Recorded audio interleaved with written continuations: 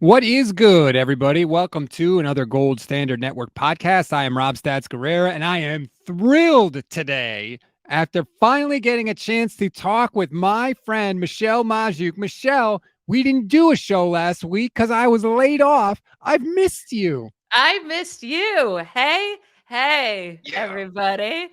Now, I was actually really sad that, well, obviously for you, because that's heartbreaking. But I was dying to talk about the 49ers going into that Cowboys game. I was very, very nervous and very anxious. I was texting you prior going up to the game, like, oh man, I was just like, I wasn't doing well. And even throughout the game, I wasn't doing well because they No. weren't like taking over, but it came through. They won. Now we have another hard week this week, but this is going to be a little different because I was telling you, everyone knows if they listen to our show, I love Jalen Hurts. And now I have to root against him. It's gonna hurt my heart.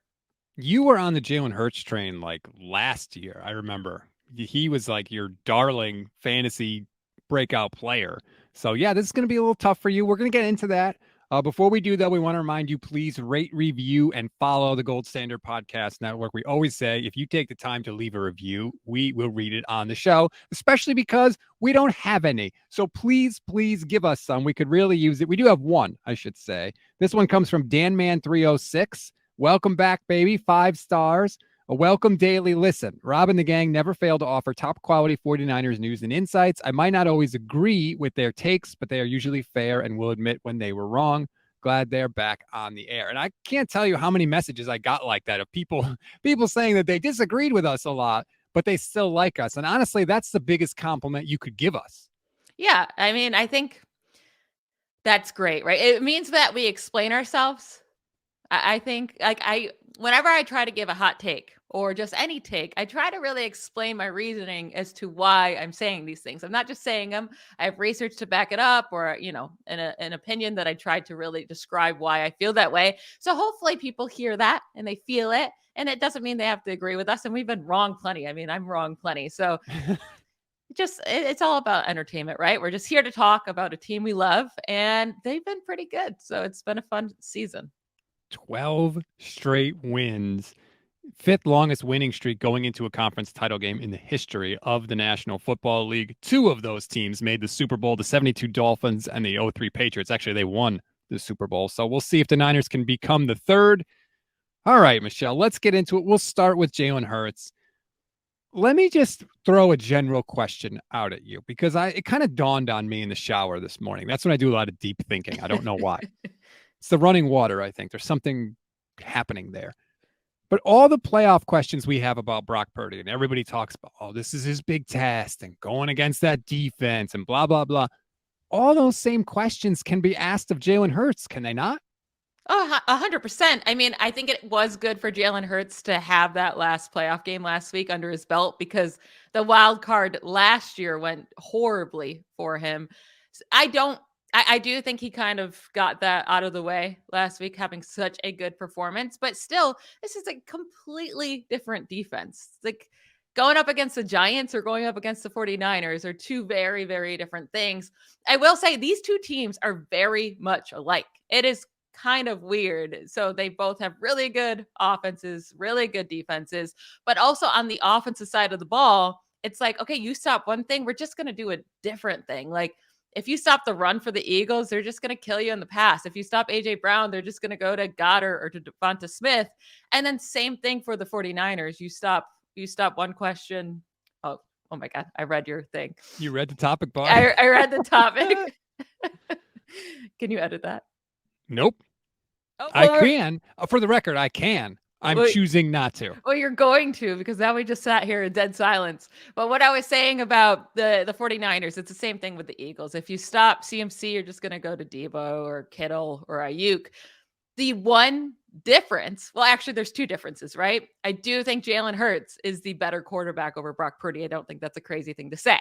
So I think that's an advantage for the Eagles. But then the Eagles don't have Christian McCaffrey. They don't have a Christian McCaffrey. They have very similar weapons, but no CMC. And I think that could be the difference maker between these two squads. Yeah, I just think that we're treating Jalen Hurts like a given, like a known commodity, like, oh yeah, it's Jalen Hurts, like it's Joe Burrow. We know he's going to be great in the playoffs. And it's like, we don't know that. 50% of Jalen Hurts playoff games stink. Okay. So I just, let's see it. That's all I'm saying. And like, I've been very respectful of the Eagles all week on our shows, on other shows that I've gone on. Try to be respectful because they are a good team. Now I'm just mad. Like, no, like people are acting like the 49ers have no shot to win this game. That they Who's have acting like that? the national media. Go look at the national media. They're all picking the Eagles. All of them. I got to listen to friggin' who is it? Marcus Spears on ESPN. Oh, the Eagles are a way better team than the 49ers. No, they're not. No, they are not. I haven't heard anything like that, but I haven't been, watching television or any sports network. So maybe they're all picking the Eagles. I don't know. That's a silly thing to do because I think they're very close teams. I really wouldn't know who to pick, but I do think maybe you're getting in your feels and you're starting to you're trying to create reasons why you're mad at the Eagles because I heard you on yesterday's podcast with Levin bring up something about how people are saying Dallas Goedert's just as good as George Kittle. Nobody's saying that. Maybe one Yes, person they said are. it. Maybe one person said it that you saw on Twitter, a random person. But this is not a take that people have. Nobody's like, yeah, Dallas Goedert's just as good as George Kittle. Yes, they are. Everyone agrees that George Kittle is a top 2 tight end in the league. No one's talking about Goddard in that way. He's good. He's top 5, but Eagles fans are. Eagles fans think he's just as good as George Kittle, and I'm not here for it, man. You're just creating drama. Look, maybe I'm in my feels a little bit. That could happen, but I want to be respectful, but I just don't want to go too far in that direction because the 49ers are a damn good team. And yeah, they have a rookie quarterback. And great, no rookie quarterback has ever gone to a Super Bowl. I get all that. But no, Brock has done a lot of things that no rookie quarterback has ever done. Brock's done a lot of things that no 7th round quarterback has ever done. So we're talking about 2 more games here for a championship. Listen, and also Jalen Hurts has never gone to a Super Bowl. So it's not they're both so young. So that's the thing. This game could go either way. And these quarterbacks, so you don't know what kind of performance they're going to put up. This is actually going to be the first ever conference championship game between 2 starting quarterbacks that are both under the age of 25. Hurts is still only 24 years old. They are both extremely young. We don't know how Hurts is going to perform in this game in such a massive stage. I mean, honestly, all eyes are on him. And I know it was a big game last week, but this just feels so different. A conference championship game against the number 1 defense. Yep. And, last week people could have said, oh, Jalen Hurts is just hurt. That's why he performed badly. But now we already saw he's fine. He's not that hurt. So he's got to perform now. That's a lot of pressure on him. I don't think there's that much pressure on Brock Purdy. No one expects anything from him. He agree. Is a 7th round rookie. Rookies don't win playoff games like he is. He has no pressure on him. And I think that helps the 49ers a lot. He is the 3rd rookie quarterback to ever win 2 playoff games. The other 2, Joe Flacco and Mark Sanchez. So he's in rarefied air for sure. I'm not so sure that Jalen Hurts is totally healthy. He talked in the press conference this week. His exact quote was, well, I felt better. And if I were the 49ers, this is what I would do. This is my plan of attack on Jalen Hurts. Every time they run an option, crash. Force Jalen Hurts to keep the ball. And we'll find out how that shoulder's doing. Does he run into contact? Does he look to get out of bounds? Does he look to get down? How does he respond? And if he does run into contact, is he willing to do that for 4 quarters against Warner and Greenlaw and Azeez Al-Shire? I don't know. But you know what? I would force him to answer that question. Yeah, it does seem like he's not taking off and running as much as usual. I will say, watching Dak Prescott being able to run on the 49ers defense last week kind of scared me. I'm like, okay, I guess you don't game plan for Dak Prescott like you would Jalen Hurts. Obviously, Hurts, you should be much more ready to cover the run. But I was just like, if they're going to leave these running lanes open like this for Hurts, they're going to get destroyed. I will say, so I had this note already pulled up. So you brought up the read option. Miles Sanders, the Eagles running back, leads the NFL in rushing yards and rushing touchdowns on read option runs this year. And the 49ers, that's kind of where they struggle on run defense. If you want to point to any weakness on their defense, because we know they're so good, PFF actually gives them a 54.4 run defense grade on read option runs this year, tied for 19th in the NFL. So this could be an area where maybe the Eagles have an advantage if they're going to get the running game going. But what's the sample size on that? How many read option plays have they even faced? I bet it's like 12. Yeah, I don't know. I don't have that. I will Uh-huh. say the top 3 scorers, most touchdown on read options this year. Miles Sanders 5, Kenneth Gainwell 3, Boston Scott 3. Those are all Eagles running backs, and those are all the top 3 in the they NFL. they do it well. I totally agree. Let me Well, push. another team that did it well though this year were the Falcons, and Yeah, we know the Falcons. Everybody talks about the Falcons. 8 they had. starters on defense were I out that got it, week but they did have success at doing that. So against a different defense. There were 8 yes, starters that yes, didn't yes, play in yes, that yes, game. yes, yes. I know. I'm just saying. Yeah, just say. And let me go back on the Dak thing.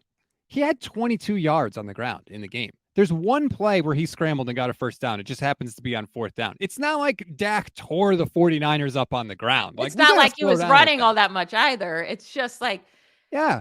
4 carries for 22 yards, 11 of which came on one play. yeah. So, like, again, see, this is what I'm talking about. It's like, ooh, like the boogeyman here.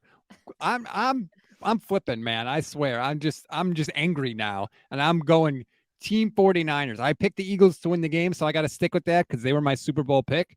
But I really am just like, I'm not going to be afraid anymore. I'm just tired of that. So let's say they focus on stopping the run game, right? Because we know they're not going to get carved up by the run game. And I do think their focus will be on making sure Jalen Hurts stays in the pocket and can't get out and scramble too often. But the Eagles have shown this year when you stop the run, they're just going to destroy you in the pass. Like, and then if you can't, like, they can go either way. And Jalen Hurts has really stepped up his game as a passer this year. So are you confident enough in the secondary to hold up if that is the game plan? Maybe.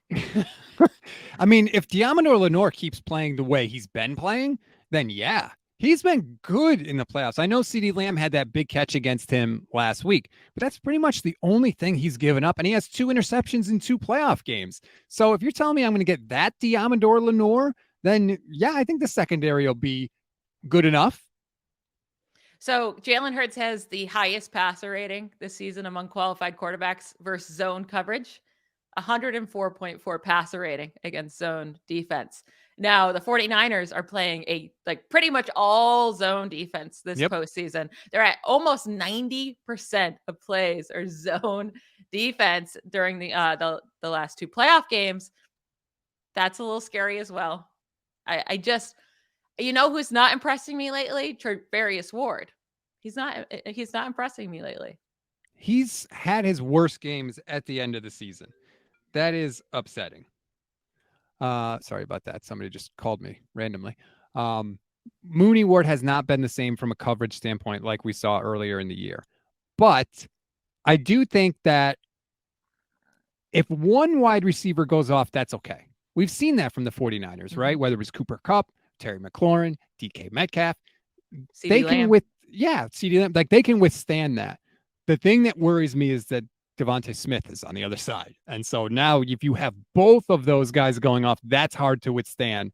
So that's what worries me. But if we get the Diamondor Lenore that we've gotten, that might help with that.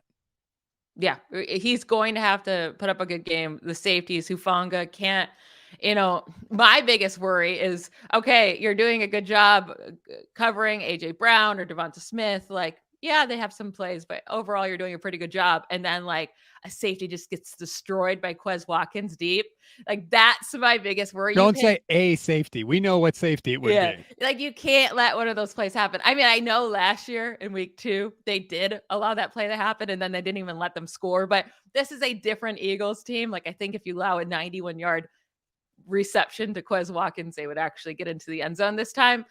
But like that's something you cannot allow to happen. You can't have these amazing wide receivers and be doing a good job against them, and then Hufanga allows a deep reception to a random dude.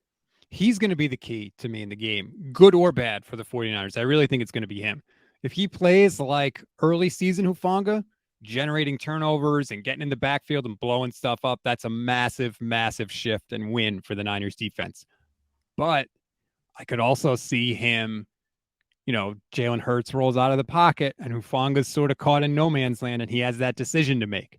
Do I charge in and try and intercept it or sack it or break it up, whatever the case may be, or do I drop back in coverage? Most of the time, Hufanga charges in, guns blazing, and the quarterback usually gets the throw off and burns the Niners deep.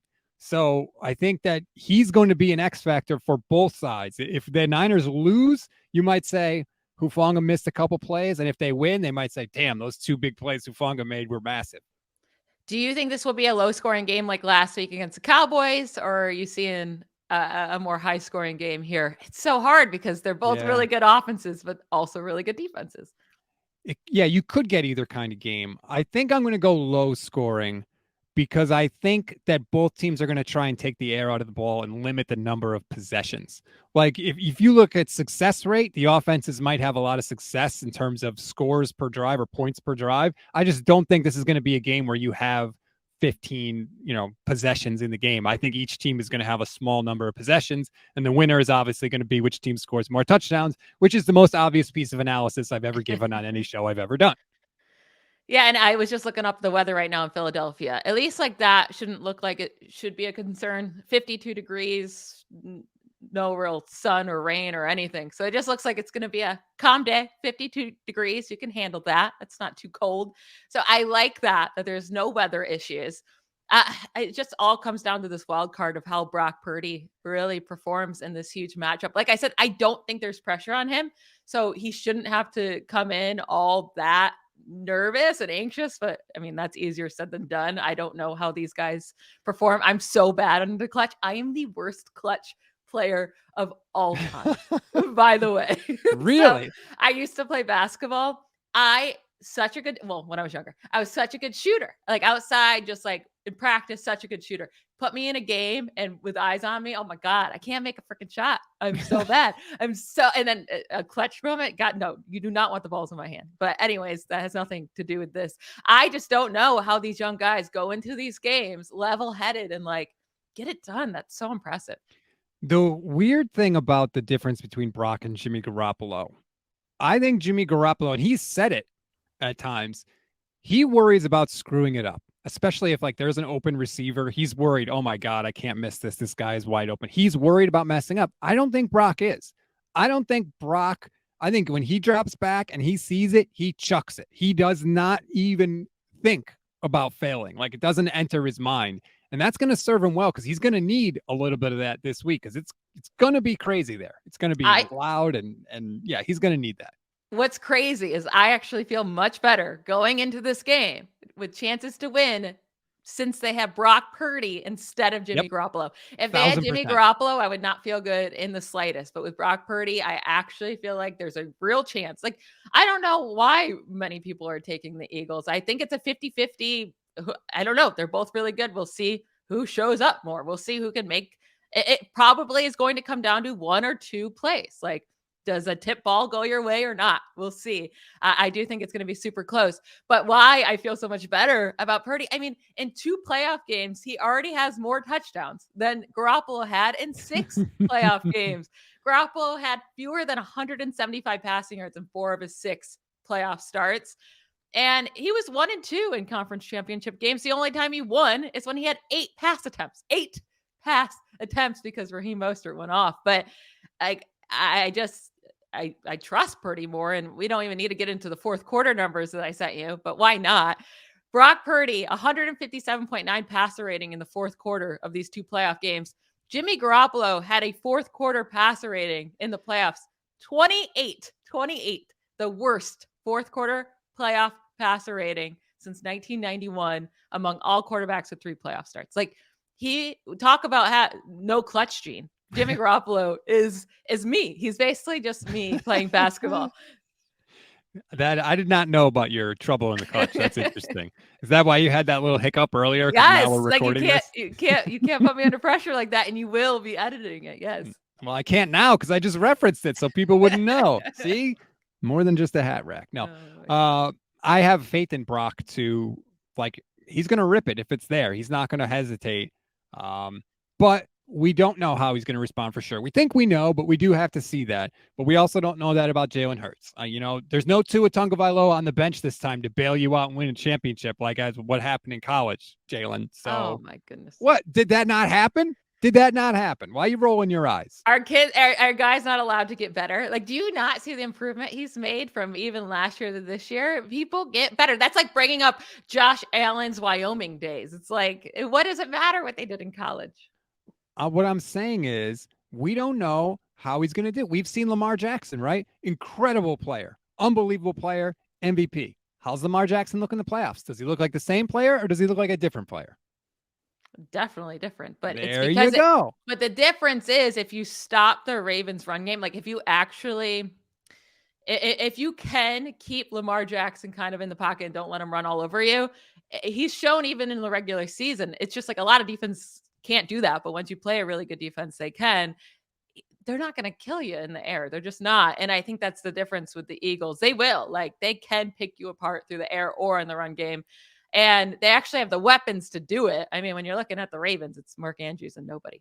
Right. But my point is, we have seen guys play differently in the playoffs than they have in the regular season. Peyton Manning was not the same. I think he was still fine in the playoffs. He wasn't quite the same player that he was in the regular season. So let's see if Jalen Hurts can do it. Again, you're not playing the Giants this week, okay? The Giants are trash. They are a trash team. We can talk about, oh, they made the playoff. Great. Congratulations. They stink. Just like the Cowboys, right? They looked awesome against the Buccaneers. And then how they look against the 49ers, not quite as good. One offensive touchdown. So, again, let's see it, Jalen Hurts. I'm not convinced. That's all I'm saying. What's wild is that the second half of the season, the 49ers had so many home games. So yes. Brock Purdy has only played 2 career games on the road. This is going to be his 3rd ever career start on the road. And I mean, I guess he did pretty well. I mean, on the road in his 2 games, won both games, 104.6 passer rating, 4 touchdowns, 1 interception.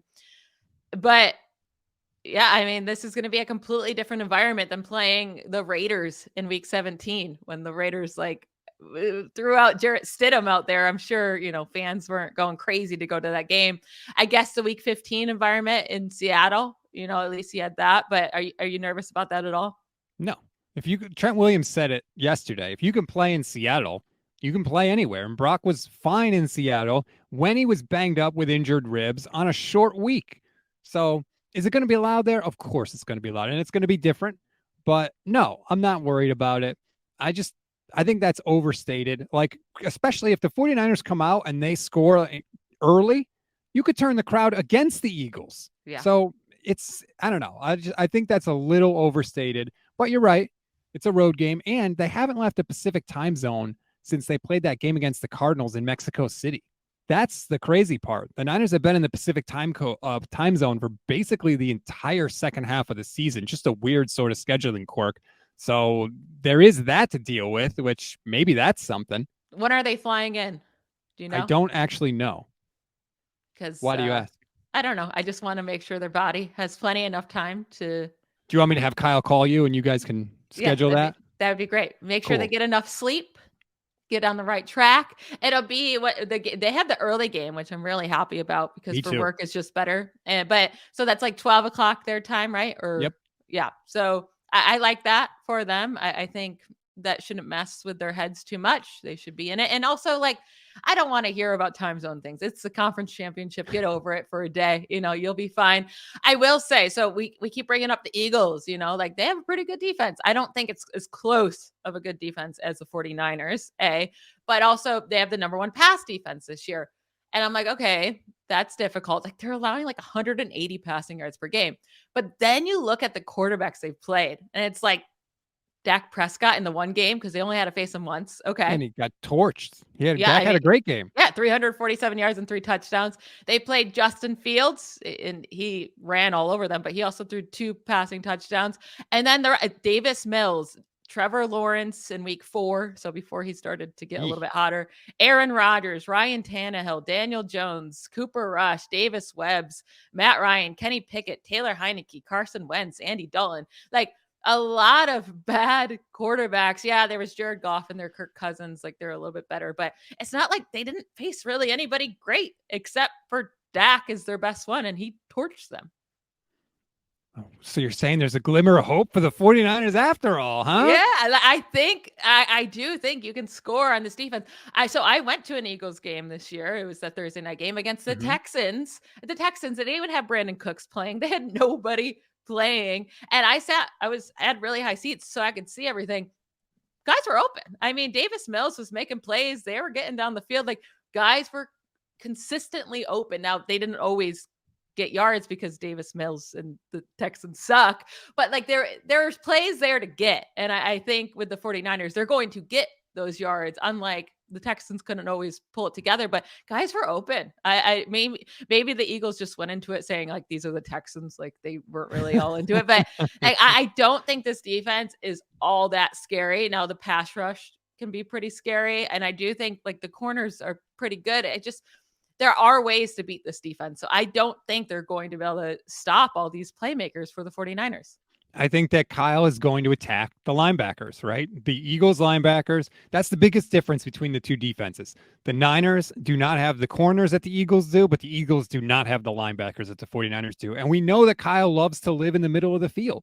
I think he's going to spam these linebackers just over and over and over again, spread people out, crossing patterns, move people out of the box. You know, like that's part of the advantage you can get if you have juice and you line juice up wide. Sometimes he can take a linebacker with him out of the box. I think that's where Kyle's going to live, is between those hash marks. And the Eagles are vulnerable there. So, you know, hopefully they can do some damage and open some things up. Yeah. And what's so cool about the 49ers now with all these weapons, you just never know. This is what makes coming up with bets really hard, right? Because you never know which guy they're going to say, okay, you're the dude today. I mean, they've had a different leading receiver in each of their last 3 games. It was Kittle last week, Samuel the week prior, and Ayuk the week prior to that. So it's like, which one is going to lead this team? I don't even, do you think Kyle Shanahan even knows until they get into the game and they see like what the defensive game plan is? And then he's like, he things on the fly. I don't know, but you have so many options here. So it's like, okay, if your focus today is on stopping Christian McCaffrey, we'll use Deebo Samuel. Or if, you know, I do think they'll be able to stop Brandon Ayuk maybe with these good corners. Like, they're really good at stopping the intermediate passes and the deep passes. So, and that's kind of Brandon Ayuk's area. So maybe he struggles a little bit, but then Deebo Samuel can just go off. So I don't really know what the Eagles' defensive game plan can be. That's sort of what we saw in the Cowboys game last week, right? Like, oh, you stopped Deebo, you stopped Ayuk, you kind of stopped McCaffrey too. Well, did you also stop Kittle? No, great. 5 catches, 95 yards. Like, that's sort of the luxury of this 49ers offense. I wish that they would do what you said, and you kind of opened my eyes to this earlier in the year. Throw it to Deebo deeper down the field, please. That's how you can get some big chunk plays, and they don't seem like they want to do that. They usually throw it to him near the line of scrimmage, but I think that's really the way where you could bust it open, because I don't think you're going to be able to have all these 11, 12, 13 play drives against the Eagles. You're going to need somebody like Deebo to break off a 30 or 40-yard gain if you want to get down the field. Yeah, but I think he's going to have to do it, breaking it off after the catch, because they're just not allowing him to run routes that are deep at all. But not even like just deep, like over past 10 yards. Like, he's just not running any routes on the field, especially in this postseason. It's like, I just looked it up on Next Gen before we got on here. Pretty much every single one of his routes is 9 yards or fewer down the field. It's just, I don't know why they're using him like this. Like, you have Christian McCaffrey to use like that. He's actually Deebo Samuel has run more shorter routes than CMC has during this postseason. How can that be true? Yeah, CMC has more deeper routes run as well. Cause you could say, oh, well, you know, maybe like Deebo's just running more routes than CMC. It's like, no, it's just like they just won't use Deebo down the field at all. And it's like, can he just not get open? Like, I don't think that's true. I mean, how could he? That's what Kyle is supposed to do, right? That's sort of the whole point of the thing. And if they do run him deeper down the field, they usually do use it on those in-breaking routes, which is awesome, again, because that's where I think the Eagles are weakest, at the linebacker spot. So, I mean, against the Seahawks, the Niners were drawing their linebackers up with play action and then throwing behind them consistently. Like, all game long, it was open. And I feel like that's what they're going to want to do against the Eagles. The question is whether or not their run game is going to be worth a damn to get those linebackers to start creeping up. Yeah, we'll see. Jordan Davis in the middle there. He's been pretty solid for the Eagles in the run game. I do think the Eagles are a little bit more inconsistent on defense. You never know if they're going to come out dominant like they were last week, or like they can be beat. It just comes down to the game plan. I hopefully Shanahan can put up a good enough game plan. I am a little nervous because like last week, it takes Shanahan so long to get going. Like get going into half. What was it, 9-6? The Eagles are 6-6 going into half. It was Well, 6-6. 9-6. Yeah, they got the final 9-6. field goal. Sorry. But so the Eagles, especially the second quarter, like they put up points in the first half. So I could see this game, like I could see the 49ers being down 14-3 going into halftime.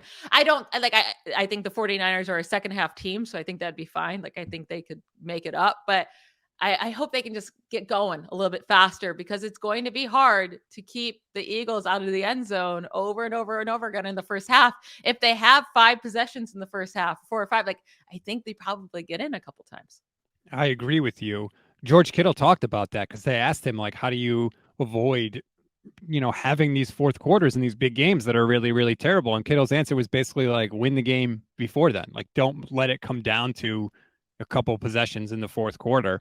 And I do think it's interesting, or it will be interesting, because the Eagles have played the fewest second half snaps in the league when trailing. They are usually winning in the second half, which changes everything because it changes how aggressive their offense has to be and it changes how aggressive their defense can be. So they don't have a lot of experience playing from behind in the second half. I wonder if the Niners can get up going into halftime. Does that change things at all? One, it'll keep the Niners in their game plan, but two, do the Eagles tighten up a little bit too? Like that can also happen. This is such an interesting game because I really couldn't, like, if I had to put money down on this line, I couldn't choose. Like, I just think these teams are so like even in different ways. Like, obviously you can go position by position. It's not all equal there, but I just feel like when you put the whole package together, they're very equal. I do think we got the best 2 teams in this matchup for the NFC. I think this is the right matchup. And I don't know. I don't know what to tell you. I know I'm supposed to be here, like trying to tell you my thoughts. Like, I think I would just go with my heart here and say 49ers plus 2.5, but it doesn't mean I actually like think it's a great bet. If it was 3, would you feel any differently about it? Because that's a magic number. No, I mean, no, that's just no. All right. Like, I get, because then you could push, but like maybe 3.5, I would feel better. Yes. All right. What do you think the final score is going to be? I don't know if you're going to ask me that, but we're going to get into bets. So I just want to know your final score prediction. The prediction I've been going with all week is 28-21 Eagles. Oh my God, what a hater. I picked the Eagles to make the Super Bowl before the year began. Oh my gosh, you're on a 49ers podcast calling the 49ers to lose. I don't pick against them. Why would anybody listen to you? Look, if it makes people feel any better, usually my picks are terrible. So take that, you should be happy that I'm picking the Eagles. But I think that it might come down to stealing possessions. And what I mean by that is going for it on fourth down instead of trotting out the field goal kicker and taking your 3 points and hoping your defense can hang on for dear life. The Eagles have converted more fourth downs this year than the 49ers have even attempted. That's the difference in aggression between Nick Sirianni and Kyle Shanahan. And I could see Sirianni just say, screw it. We're the home team. We think we're the better team. We're going for it on fourth down. I don't know that Kyle's going to be willing to do that. Maybe Sirianni's aggressiveness forces Kyle. I don't know, but I know that Sirianni is going to be willing to do it.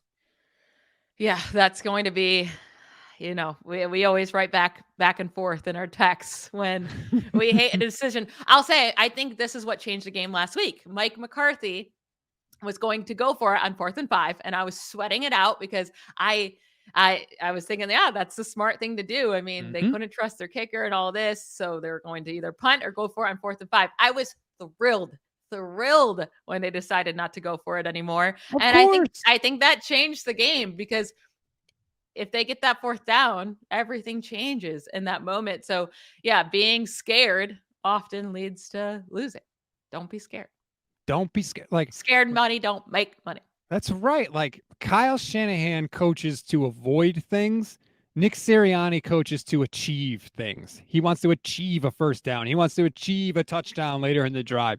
I just, you can't coach this game from a perspective of what if the worst thing happens. Just stop doing that, man. Come on. You have to go balls to the wall. Do you think he's scarred from the Super Bowl? Yes, I do. I and like he'll deny it, and he thinks that he has this. Trauma. Yeah, right. Like I think he is scarred from the Super Bowl. When you constantly coach from a perspective of what if the worst thing happens? Because the worst thing happened to him, right? In Yeah, that Super Bowl. That is the worst thing. 28-3, biggest blown lead in the Super Bowl. Before that, do you know what the biggest blown lead ever was in a Super Bowl? I don't. It was 10 points. Like that's the crazy No one's ever thing. going to beat this one. This is never going Right. to be. And so he can deny it all he wants, but I think it's absolutely part of it. And the other thing is if you do the conventional thing and you fail, like if you kick those short field goals and you fail, you don't really get criticized that much. If you constantly go for it on fourth down, even if you should go for it on fourth down, if you fail to get them, you get crushed. And I think that's part of it too. I think so. I'm going to give my prediction now about this game. This is how I see it going. I see it being the low 20s somewhere. Let's go. Like an obvious pick would be 24-21, but let's go with something different. 26-23. And I think the Eagles have a chance. They're the ones at 23. I think they have a chance to go down to kick that field goal to bring it into overtime. But Jalen Hurts throws an interception on that final drive, and the 49ers kneel it out and win the game. That's how I see it happening. I think it's going to be very close, and it's going to be a nail biter, and we're going to be sweating it out. But I think at the end, the 49ers win by 3 points. Who gets the interception? Oh man. I'll go with Fred Warner. Ooh, Random. all pro Fred. I like I think it's going to be a tip pass because I don't think Jalen Hurts is going to throw a bad pass. I think it's going to be, they get a hand up on that ball and someone happened last week. Yeah. I think Fred Warner comes down with the interception. If it does come down to one final drive, would you rather that drive have the 49ers offense on the field or the 49ers defense on the field? Oh, I'll go defense. Right? Wow. You got to go with the defense. Yeah, I think you're right. Honestly, I think I have more faith in the Niners D to get one drive to have success than the offense. Do you really want Brock Purdy in that type of situation on the final drive? And he's the one that doesn't have to make the mistake. No, let's put all the pressure onto Jalen Hurts and the Eagles offense, because then the defense can just do their job and do what they've been doing all year long. So yes, I would definitely choose be up by 3, be on the defensive side of the ball. I think I agree with you there. All right, let's get to some best bets. We do this every week on the show. I'm hoping that we have a couple more weeks to make these bets. We don't want to go into off-season mode just yet. We didn't get any bets last week because we didn't do a stupid show because I lost my stupid job. So this week we're doing it, baby. How many bets do you have for us? I have 3. I normally do 3 during the regular season. I've been doing a little bit more, or I did more during the wild card, but I'm going back to 3 because this game, again, I brought it up a million times. You just never know on either side of the ball who's going to be fed, because it just kind of depends on what the defense is focused on. But my first bet, I'm going to start with my 2 bets from the 49ers, and then I have 1 for the Eagles. But my first one, I'm going to trust in our boy, our 7th round rookie quarterback. I'm putting trust in him, baby. I'm going over 1.5 passing touchdowns, plus 125 odds. So you're making even more money back. I love this. If you put down $100, you win 125. And he's done it in 7 of his 8 games played. So last week was his first game not doing it. He actually had 0 passing touchdowns, but he's had multiple passing touchdowns in 7 of 8 games. And I've already brought up that, the Eagles have a good passing defense, but I brought up who they played against. Not really anybody. And these are the quarterbacks that put up 2 passing touchdowns against them. Dak, Justin Fields, Davis Mills, Trevor Lawrence, Jared Goff, Aaron Rodgers. If those guys can do it, I do believe Brock Purdy needs to get into the end zone twice here. With passing, I think to win this game, and I believe he'll do it. I really do. I think he gets 2 touchdowns. That's exactly where I think he has. So I'm going over 1.5. And the best thing about Brock is his ability to create off schedule. And that's really what this offense needs, especially in the red zone, because Kyle's red zone offense it's a little shaky. There's not as much room to operate. There's not as much room to stretch the field the way Kyle likes to do it. So he has to change the way his offense operates, and they don't always cash it in when they get down there. But because Brock can extend plays with his mobility and make plays outside of structure, that's the location on the field where that comes into play the most. So I like it. I forgot about Brock's mini run he had of multiple touchdown games too. Mini run, 7 straight games, 7 of his first 7 games. That's not a mini run. What? It's not? What's a mini run? 3 games? I mean, what, he can't go on any longer run, right? I mean, I guess he could have went 8 for 8, but right. 7 of your first 7 games, that's pretty amazing. All right. I like it. I'm on board. I'm on board with best bet number 1. And what's awesome about that is that the 49ers are so good after the catch. So when he passes it backwards to Deebo or when he passes it 1 yard forward to Deebo and Deebo takes it to the house for 70 yards, that's a touchdown, baby. They all count the same. What do they say? It's a line drive in the box score. They need to start doing what Patrick Mahomes does, where it's just a little flick forward pass, just the little shovel, the drop pass. Yeah, I cannot believe that counts as a touchdown pass. It's still wild to me. And not only that, but if the guy drops it, it's not a fumble. It's technically an incompletion. So there's no Why risk. Don't more people do it? I don't know. Man, Kyle Shanahan should really come out with that this week. If they do that, I'm going to go crazy because we just talked about that. Oh my God. We didn't see the reverses or anything like that, like the end arounds last week against Dallas. I hope they do more of that against the Eagles because those have been effective for the Niners. Sorry. Yeah, they got to pull those out. All right, my next best bet, it's going to be Deebo Samuel over 4.5 receptions. Now, he's only done this in 2 of his 6 games or 2 of his 5 games played with Brock Purdy. So, looking back at the past, you don't feel great about this. But I think looking at the defense, this is why I'm thinking it has to be a Deebo Samuel game. We talked about how good the Eagles are at covering the downfield passes, but they're middle of the pack, kind of actually below average at covering those shorter passes, especially over the middle. And those shorter routes are all Deebo Samuel. That's all he does. So I think they really pepper him with the ball. We'll see if he can get a lot of yards after the catch. That's going to come down to if the defense, struggles at tackling or not. But the great thing about this bet, it doesn't matter. He just has to catch 5 balls. And I think he will in this matchup, especially with CMC banged up. He's going to play, but that could mean even more usage for Deebo. So I'm going with him here if I'm betting on a 49ers wide receiver to do well in this game. God, I hope we see playoff Deebo. Give me playoff Deebo because that is a different animal altogether. I almost wonder if because McCaffrey's banged up, do we see more of Deebo in the backfield as a runner? Because he seems to be out of Deebo, Elijah Mitchell, and Christian McCaffrey. I feel like Deebo's the healthiest out of those guys. I almost wonder if they say we rather would have Christian expend his energy or whatever as a receiver, and Elijah Mitchell's got a groin. How? What is wrong with Elijah Mitchell's body? It's been 1 game. You've been back for a game. Come on. The poor guy cannot. He just gets dinged constantly. So, because Kyle's not going to give the ball to Jordan Mason in the NFC Championship game. So I don't even want him to. I don't want that. Matt, okay, this is the thing. If CMC fumbles, okay, he's been so good for you. You can live with that. If you actually hand the ball off to Jordan Mason just to try to get CMC a breather and he's the one that fumbles, that's going to be so hard to swallow and sit with that. Don't give the ball to him, please. Speaking of fumbles, Michelle. Oh my goodness. How have we gone 43 minutes into the show and not discussed Ray McLeod's fumble last week? I was screaming at the TV. I was feeling it too. As soon as he started going, they're chasing him from behind. I'm like, hold on to that ball. And then it just came out. I will say he's made it the whole year, right? Without fumbling. So without losing a fumble. He had 2 fumbles before this. True. But, overall, he's been pretty okay with it. And then he did somewhat make up for it with that nice return afterwards. But yeah, Ray, hold on to the ball. Driving me crazy.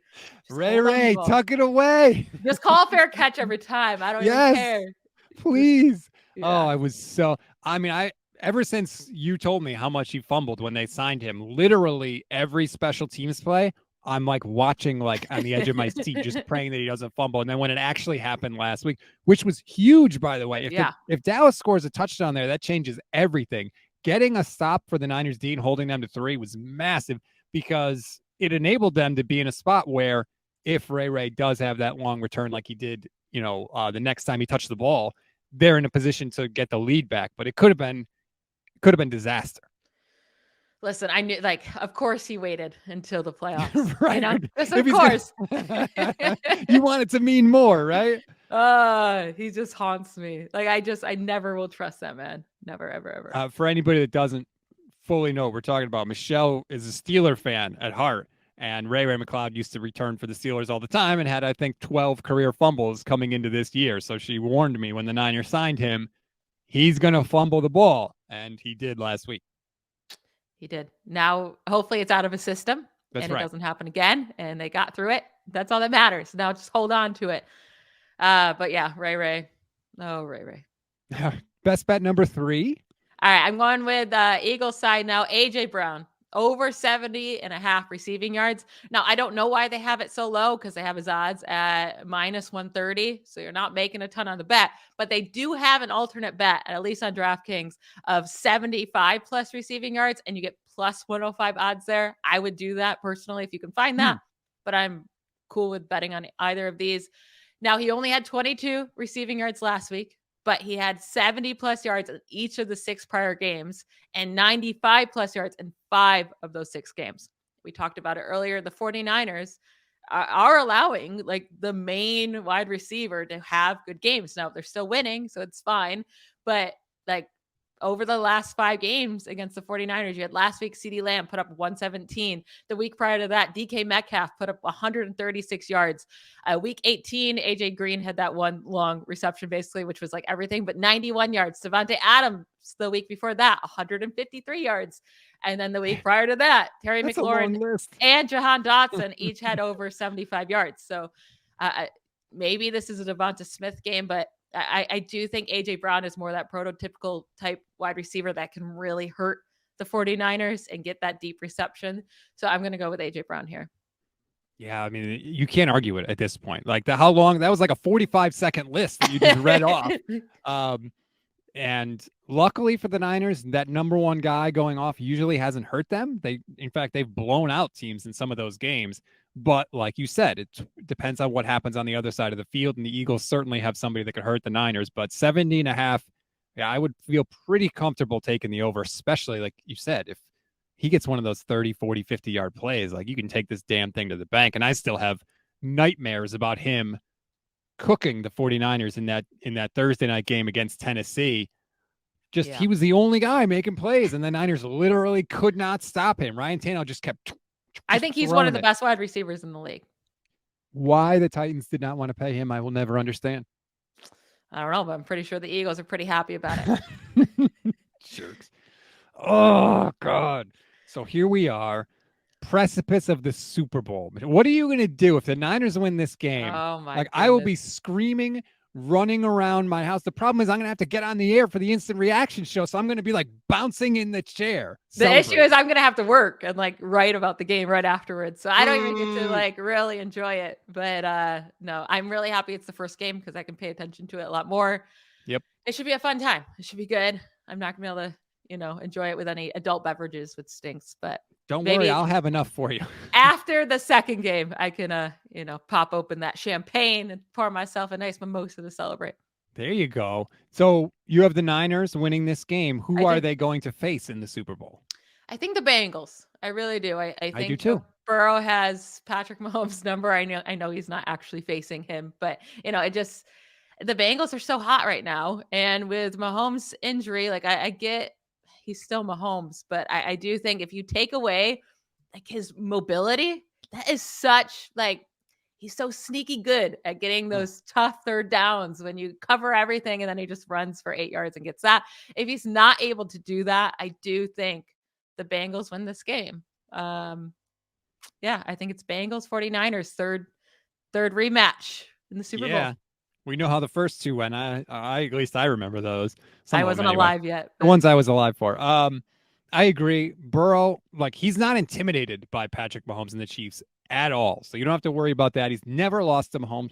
Plus, that high ankle sprain, Patrick Mahomes' greatest ability, like you said, is to squeeze every drop of potential out of every single pass attempt. He's not going to have that. And that's not to say that he can't be dangerous and deadly and Andy Reid won't dial up some cool stuff.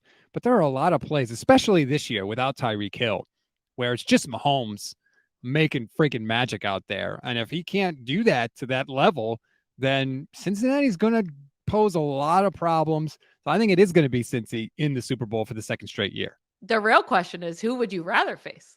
Who do you think the 49ers would have a better chance against?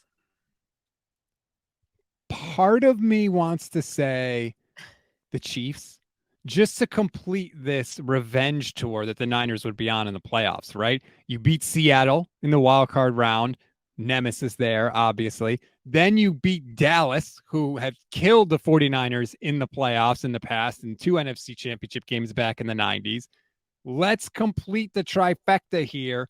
Play the Chiefs in the Super Bowl and avenge the Super Bowl loss in 2019. So if I'm going to pick the Niners to win the Super Bowl anyway, you might as well avenge the loss that you had earlier. Yeah, I mean, the 49ers defense against Patrick Mahomes, who can't move as well. I mean, he would have time, I guess, to recover before then. But high ankle sprains take a bit. So if he's not 100%, and like you don't have to worry about Jamar Chase and T. Higgins, and that's a little bit different. I do think the Bengals would be a harder matchup. They're just on fire right now. And Joe Burrow is like, he's really good. I did see the 49ers believe go into Cincinnati last year and beat the Bengals in overtime with Jimmy Garoppolo. Yeah. Lest we forget. But yeah, no, I just want 2 more weeks to break everything down. And selfishly from a personal standpoint, I really need the 49ers to win this game, please. I will be bringing a mimosa next week if they win. I don't have one today, but there will be Mimosa Michelle back. Nice. I like Mimosa Michelle. Even though my parents will still be in town, so my mom might judge me for having a mimosa at 11 a.m. on a Friday, but who knows? I'm going to do it anyways. Who cares? Yes, that's the commitment that we like to see here on the podcast. Before we go, we should give a shout out to Homage, a special thank you to Homage, who sponsored us when we were at Niners Nation, is now sponsoring us. Anybody watching on YouTube, Michelle is wearing the Homage 49ers sweatshirt, one of the 49ers sweatshirts. I have my Christian McCaffrey NFL Blitz shirt on, which you can go to. There'll be a link in the description. It's a special link just for our podcast. So if you like our work and you want to support us, the best way to do that is to support our sponsors. Click that link. There's a ton of 49ers stuff up there. All these shirts are super comfortable. Oh my goodness. I haven't taken off the sweatshirt, I don't think, like in a week. Yes. I just keep wearing it and wearing it and wearing it. But if you are at your limit of 49ers stuff, I get that. There's also a ton of like pop culture, just really funny, cool t-shirts and hoodies and sweatshirts and stuff on the website. I promise you, if you go there and you look around, you'll find something you like. Just make sure you use our link in the description. So then, frankly, we get credit for it. Yeah. There we go. All right. I've got the Eagles. Michelle has the 49ers. I cannot believe you're taking the Eagles. Or yeah, like, oh, gosh, you lost all of our listeners just like that. Look at you. Well, sorry, again, I'm not good at picks, so you should be happy that I'm picking the Eagles. Remember, after the game, we will be live here on the YouTube page, youtube.com/@statsonfire. We will be here with you. 11 will be here. We'll be breaking it down as always. I'll also be streaming it on my Twitter page, on my Twitch page @statsonfire. So please, please, please join us. Win, lose, or draw. It's going to be a lot of fun. Michelle, I missed you. I'm glad we got this podcast in. I am so happy. I missed talking about the 49ers. I missed doing a podcast with you. It was only 1 week, but it felt like eternity. That's right. And we'll be back next week no matter what. So thanks, everybody. Enjoy the game. Bye, y'all.